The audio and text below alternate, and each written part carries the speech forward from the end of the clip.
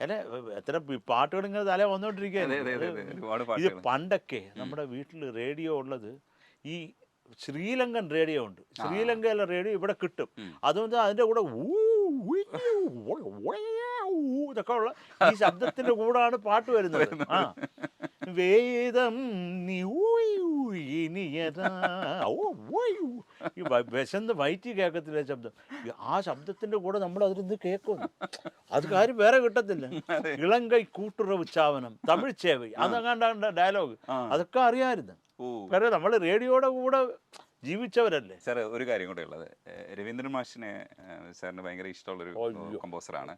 ഈ പ്രമോദവനം പോലൊരു പാട്ട് സത്യത്തിൽ അതേപോലെ ഒരു പാട്ട് ഇനി ഉണ്ടാവില്ല എന്ന് വിശ്വസിക്കുന്ന ഒരുപാട് പേരുണ്ട് മ്യൂസിക് ഇഷ്ടപ്പെടുന്ന. അതെ, എൻ്റെ രാഗം പറയുമ്പോൾ തന്നെ സാറ് രവീന്ദ്രൻ മാഷിനെ കുറിച്ച് കാണുന്ന ഒരു കാഴ്ചപ്പാട് കാണുമ്പോൾ തന്നെ എനിക്കൊക്കെ ഭയങ്കര ഒരു ഹൈപ്പ് തോന്നും അത് കേൾക്കുന്ന സമയത്ത്. കാരണം ഞാനൊക്കെ ഈ മ്യൂസിക് ആദ്യം ശ്രദ്ധിച്ചു തുടങ്ങുന്നത് മാഷാണ്, പിന്നെയാണ് നമ്മൾ ജോൺസൺ മാഷും പിന്നെ ദേവരാജ മാസ്റ്റർ, ഇങ്ങനെ പോവാണ്, റിവേഴ്സ് ഇങ്ങനെ നമ്മൾ പോയതാണ്. അതെ. അപ്പോൾ അത് ശരിക്കും രവീന്ദ്രൻ മാഷിന്റെ പ്രമദവനം എന്ന് പറയുന്ന പാട്ട് ദാസാറ് പാടിയിരിക്കുന്നത് എനിക്ക് തോന്നുന്നു അതിങ്ങ് റീക്രിയേറ്റ് ചെയ്യാൻ പറ്റില്ല എന്നാണ്. ഒരിക്കലും പറ്റത്തില്ല. ആ ഒരു അതിനകത്ത് ഉള്ള ഒരു സോള് കിട്ടത്തില്ല, ഒരിക്കലും കിട്ടത്തില്ല. അതൊരു പ്രമദാനം, അത് മതി. രവീന്ദ്രൻ സംഗീത സംവിധായകൻ എന്നുള്ള രവീന്ദ്രൻ മാഷിനെ അറിയാൻ ഒരു പാട്ട് മതി. ഈ എന്തിനാ കേൾക്കുന്നത്? അതൊരു ഇതിൻ്റെ രസകരമായിട്ടുള്ളൊരു സംഭവം എന്ന് പറഞ്ഞാൽ അത് ഈ കമ്പോസിങ് നടക്കുന്ന സമയം പാം ഗ്രോവിൽ, അപ്പോൾ എൻ്റെ അനുജനും വേറെ ആരാണ് അന്ന് തബല വായിച്ച വേറൊരാളും കൂടെ ഉണ്ട്, അതെനിക്ക് ഓർമ്മ വരുന്നില്ല, രവീന്ദ്രൻ മാഷ്. ഇപ്പോൾ കമ്പോസിങ് നടന്നത് ഇപ്പോൾ ഈ ദേവസഭാതലത്തിൽ അത് പാട്ട് പറഞ്ഞു തരാൻ വേണ്ടി എന്നെ രവീന്ദ്രൻ മാഷ് വിളിക്കുമ്പോൾ ഈ പ്രമദവനം ചെയ്യുകയാണ്. അപ്പോൾ മാഷ് ആ ട്യൂൺ പാടി കേൾപ്പിച്ച് അസാധ്യം. ഞാൻ പറഞ്ഞു മാഷ് ഒരു നിവൃത്തിയല്ല, പാട്ട് അസാധ്യം. അപ്പോൾ ഞാനത്, പക്ഷേ എനിക്കത് വളരെ ഫെമിലിയറാണ് ആ ട്യൂൺ. അപ്പോൾ എനിക്ക് പിന്നെ കിട്ടി. ഞാൻ പറഞ്ഞു മാഷേ, ഇരുഹൃദയങ്ങളിലൊന്നായി വീശി നവ്യ സുഗന്ധങ്ങൾ, അത് തന്നെയാണ് പ്രമദവനം.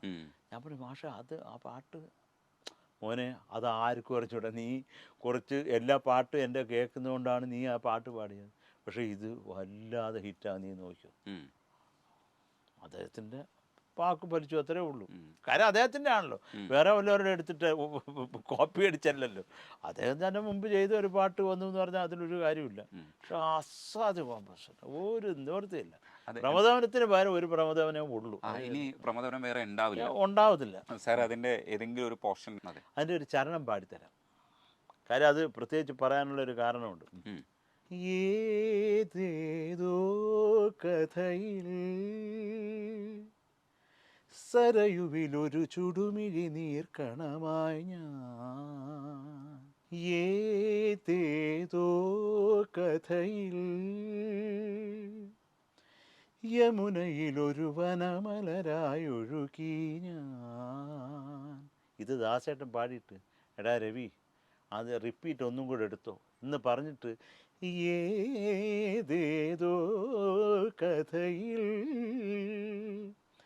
യമുനയിലൊരു വനമലരായി ഒഴുകി ഞാൻ.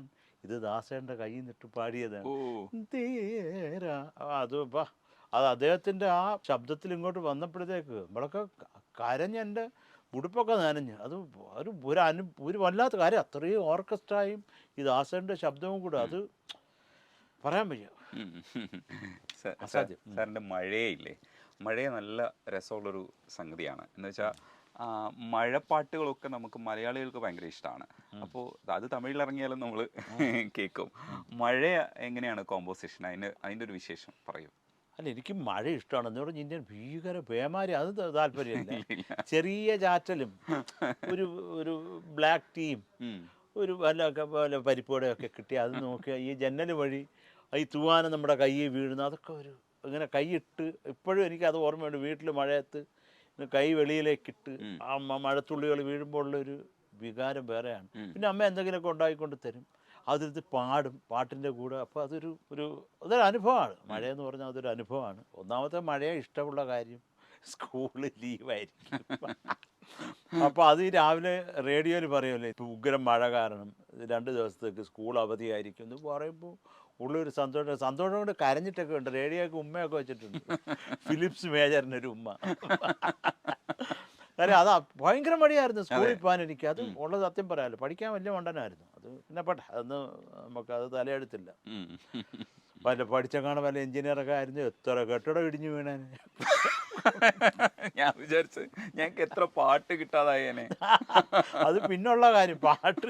പാട്ടിലൂടെ കൊല്ലുന്നത് പോലല്ലോ യഥാർത്ഥമായിട്ട് കൊല്ലുന്നത്. അല്ല, ഞാൻ ആലോചിക്കുക, ഇവർ നമ്മുടെ കുറച്ച് നിർബന്ധം ഉണ്ടായിരുന്നു എൻ്റെ കാരണവന്മാർക്കും പിന്നെ മുത്തശ്ശനും ഒക്കെ. പഠിച്ച് ഞാൻ ഭയങ്കര ബുദ്ധിയാണെന്നാണ് അവരുടെ ഒരു തെറ്റിദ്ധാരണ. അപ്പോൾ ആ ലെവലിൽ ഞാൻ പഠിച്ചൊരു ഡോക്ടറോ എഞ്ചിനീയറൊക്കെ ആവുമെന്നാണ്. അത് നടന്നില്ല. നമ്മളിതിങ്ങനെ തന്നെ. എനിക്ക് താല്പര്യമില്ല അത്. പണ്ട് പോലെ ഹിന്ദി അറിഞ്ഞുകൂടാ, ഹിന്ദി എന്ന് എഴുതിയത് വായിക്കാൻ അറിഞ്ഞുകൂടാ, അങ്ങ് ഇരിക്കുക.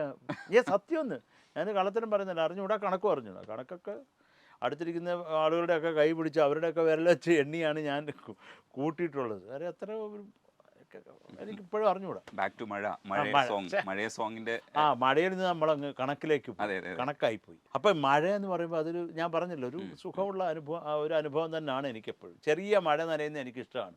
അമ്മയൊക്കെ അടിതരും. പുതുമഴ നനഞ്ഞാൽ പനി വരുമെന്ന് പറഞ്ഞിട്ട്. എങ്കിലും അത് ഇടയ്ക്ക് എന്തുകൊണ്ട് കുറച്ച് എനിക്കിങ്ങനെ വലിയ മഴ പെയ്തിട്ട് ഇങ്ങനെ അങ്ങനെ അതെനിക്കിഷ്ടമല്ല. എനിക്ക് പേടിയാണ്, അത്ര മഴ പേടിയാണ്. പക്ഷേ ഈ മഴയെ എന്നുള്ള പാട്ടിനെ പറ്റിയാണ് പറഞ്ഞുകൊണ്ട് വന്നത്. അപ്പോൾ ഇതിൻ്റെ സംവിധായിക രേവതി എസ് വർമ്മ, എൻ്റെ ഡയറക്ടർ. അപ്പോൾ രേവതി എന്നെ വിളിച്ചിട്ട്, എടാ ശരത്തെ ഇത് മറ്റേന്നൊക്കെ പറഞ്ഞ് ഞാൻ മഴ എന്നൊക്കെ പറഞ്ഞ്, അപ്പോൾ അവരുടെ KKNRൽ അവരുടെ ഓഫീസിൽ പോയി സംസാരിച്ചിട്ട് ഞാനിങ്ങനെ വണ്ടി കയറി, എൻ്റെ മാരുതി 800 കയറി ഞാനിങ്ങനെ തിരിയുമ്പോൾ ചെറിയ മഴ പെയ്തു. 1-2 തുള്ളി കണ്ണാടിയിൽ വീണു. കണ്ണാടി വീണപ്പോൾ എനിക്ക് തോന്നിയതാണ്, മഴയേ മഴയേ നീരിൻ തിരയേ വാനം തെളിക്കും കവിതൈ തുളിയേ മേഘത്തിൻ സിരിപ്പൊലിയേ നീലവാനമേ ഒരു തരിയില്ലാமல் நீரின் நூலில் மழையெனும் சேலை நெய்ததே இந்த நீரின் பாலம் வானும் மண்ணை இணைக்கிறதே இயற்கை അഴകേ റിംഷിം. ഈ റിംഷിം എന്ന് പറഞ്ഞ് തുടങ്ങിയ ആ മഴയുടെ ഒരു റെപ്രസെൻറ്റേഷനാണ് ആ പാട്ട് തുടങ്ങുന്നത് തന്നെ. അപ്പോൾ ഇത് ഹരിഹരൻ സാറ് അസാധ്യമായിട്ട് പാട്ടുണ്ട്. അതുപോലെ സുജാത ചേച്ചിയും പാടിയിട്ടുണ്ട്. പിന്നെ ചേച്ചിയുടേതാണ് ഫിലിമിലുള്ളത്. അതെ, ഹരിഹരൻ സാറിൻ്റെ പാട്ടിനെ കുറിച്ച് നമുക്ക് സംസാരിക്കേണ്ടതുണ്ട്. സുജാത ചേച്ചിക്ക് ഏറ്റവും കൂടുതൽ ഇഷ്ടപ്പെട്ട ശരത് സാറിൻ്റെ പാട്ടുകളിൽ ഒന്നാണ് നിശാ സുരഭി. സാറിന് സ്റ്റേറ്റ് അവാർഡ് കിട്ടിയ പാട്ട് ശ്വേത പാടിയത്. അത് ഇന്നലെ ചേച്ചിയുടെ ഒരു റിക്വസ്റ്റ് കാരണം ശ്വേത വീണ്ടും പാടി തന്നിട്ടുണ്ടായിരുന്നു. സാർ വേറൊരു ജോണറിൽ എന്ന് പറഞ്ഞാൽ സാറിൻ്റെ ചില പാട്ടുകളിലൊക്കെ, അതായത് ഇപ്പോൾ മാലയത്തിൽ അങ്ങനെ ഒരു ടോണുണ്ട്, അതിൻ്റെ അർത്ഥമൊക്കെ അറിഞ്ഞു പാടേണ്ടതുണ്ടായിരുന്നു. ഇപ്പോൾ ചിത്ര ചേച്ചിയെ കളിയാക്കി സാർ ഒത്തിരി പറഞ്ഞിട്ടുണ്ടായിരുന്നു, അതിൻ്റെ അർത്ഥം അറിഞ്ഞുകൂടാതെ ചേച്ചി പാടി എന്നുള്ളത്. അതേപോലെയാണ് ഇവൻ മേഘരൂപനിൽ തന്നെ കണ്ണോണ്ടും മുള്ളോണ്ടും കുടിക്കും താന്തോന്നി എന്ന് പറയുന്ന പാട്ട് മൃദുല പാടിയത്. അതിനകത്ത് കുറച്ച് സംഗതികളുണ്ട്, ചിരിയുണ്ട്. അതൊക്കെ സാറ് തന്നെ ഡയറക്ട് ചെയ്തതാണ്. പിന്നെ തീർച്ചയായിട്ടും നമ്മുടെ കൃഷ്ണാധര അണ്ണാച്ചിയെ കൊണ്ട് തന്നെ അത് പാടിച്ചേക്കെ. അതെ, ഇത്തരം സാധനങ്ങൾ പാടുമ്പോൾ ഈ ഗായകർക്ക് ഒരു ഇൻഹിബിഷൻ ഉണ്ടാവും. ഇപ്പൊ ചിത്ര ചേച്ചിയോട് പറയാൻ ഒത്തിരി ബുദ്ധിമുട്ടുള്ള ഒരു ബന്ധവും കൂടെ ചേച്ചി ആയി പോയതുകൊണ്ട് ഒന്നും ചെയ്യാൻ പറ്റില്ല. പക്ഷെ മൃദുലയുടെ അടുത്തൊക്കെ കമ്മ്യൂണിക്കേറ്റ് ചെയ്യാൻ ഇതാണ് സംഭവം, ഇതാണ് വേണ്ട എന്നൊക്കെ പറഞ്ഞ ഞാൻ ഇതാണ്.